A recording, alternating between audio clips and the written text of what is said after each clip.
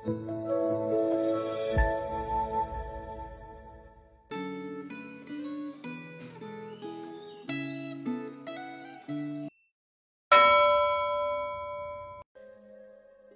jemaat kasih dalam Tuhan, kita bersyukur hari ini kita boleh kembali merenungkan firman Tuhan.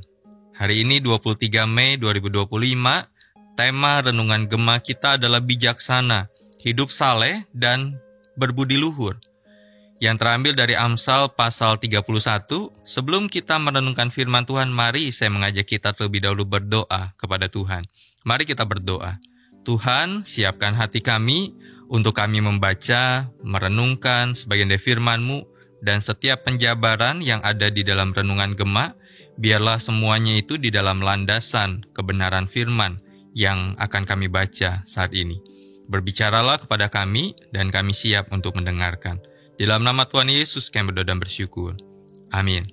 Hari ini saya akan baca ayat yang ke-8 dan 9 untuk setiap kita. Demikianlah firman Tuhan. Bukalah mulutmu untuk orang yang bisu, untuk hak semua orang yang merana. Bukalah mulutmu, ambillah keputusan secara adil, dan belalah hak orang yang tertindas dan yang miskin. Bacaan Alkitab hari ini memperlihatkan kasih seorang ibu yang sedang membimbing anaknya yang telah dewasa. Sang ibu memberikan nasihat praktis kepada Raja Lemuel tentang kehidupan rohani sebagai pemimpin, dan tentang cara memilih pasangan hidup. Banyak pemimpin yang bijaksana yang dilahirkan oleh ibu yang saleh. Pemimpin akan bersikap lebih bijaksana bila didampingi istri yang takut akan Tuhan. Seorang anak secara berkelanjutan membutuhkan peranan pengasuhan orang tua. Orang yang telah dewasa dan telah berkeluarga pun sering masih membutuhkan bimbingan dari orang yang lebih berpengalaman. Oleh karena itu, orang tua perlu berperan sebagai mentor bagi anak yang sudah dewasa. Amsal pasal 31 ayat 1 sampai ayat yang ke-9 memperlihatkan peran ibu dalam mementori anak tentang dua dosa yang harus dihindari, yaitu yang pertama persinahan, dan yang kedua adalah kemabukan. Hubungan seks yang berlebihan adalah kelemahan yang mengakibatkan kejatuhan Raja Salomo. Alkohol juga menjadi penyebab kejatuhan para raja, misalnya Elah, Raja Israel, dan Ben-Hadad, Raja Aram. Sang ibu juga mementori Lemuel untuk menjalankan pemerintahan yang benar dan adil. Pemimpin yang bijaksana harus menjadi teladan bagi orang yang dipimpinnya dalam hal kekudusan, kebenaran, dan keadilan. Pemimpin yang terhormat membutuhkan pasangan hidup yang takut akan Tuhan.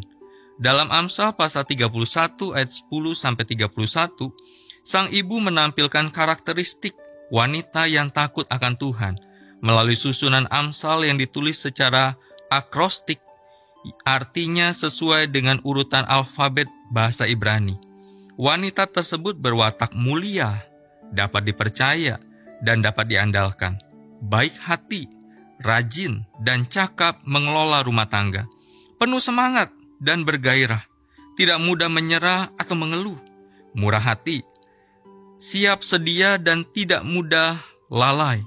Pekerja keras, bijak dalam berkata-kata. Menjadi kebanggaan suami dan anak-anaknya, serta cantik parasnya. Gadis Israel berharap bisa tumbuh dewasa seperti wanita ini. Pemuda Israel berharap menemukan pasangan hidup seperti wanita ini. Kita semua berharap memiliki karakteristik yang mulia seperti ini, baik bagi diri kita sendiri saat ini, maupun bagi generasi berikutnya.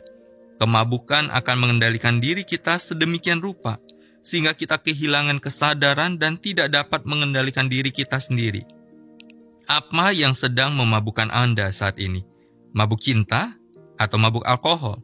Melihat indahnya karakter wanita mulia dalam bacaan Alkitab hari ini, karakter apa yang Anda harapkan ada dalam diri Anda? Apa yang akan Anda lakukan agar memiliki karakter itu? Mari kita berdoa.